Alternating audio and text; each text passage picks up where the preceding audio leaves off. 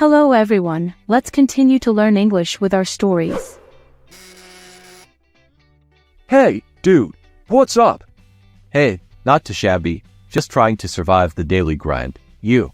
Oh, same old. But hey, I wanted to tell you about something pretty cool. Ooh, spilled the beans. What's up? Well, I've been thinking about taking up painting again. It's been ages since I last picked up a brush, but I miss it. No way, that's awesome. I always loved your paintings.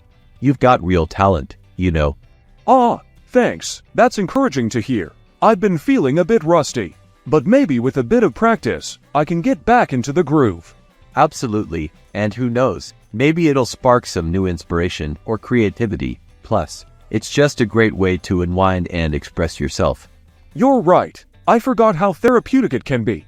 Thanks for the encouragement, buddy. You always know how to lift my spirits. Anytime, pal. And hey, if you ever need a painting buddy or someone to bounce ideas off of, I'm your guy. Deal. Let's make some art together soon. Thanks again. You're the best. Remember when he said, that's encouraging to hear. Let's learn the word encouraging today. Encouraging. Encouraging. This word means to give someone support, confidence, or hope. You might say, my teacher gave me some encouraging feedback on my essay. It's always nice to receive encouraging words. The teacher's encouraging words motivated the students to strive for excellence in their studies. His encouraging smile gave her the confidence to pursue her passion for painting.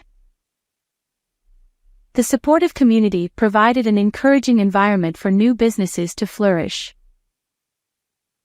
Reading the positive reviews was incredibly encouraging for the aspiring author.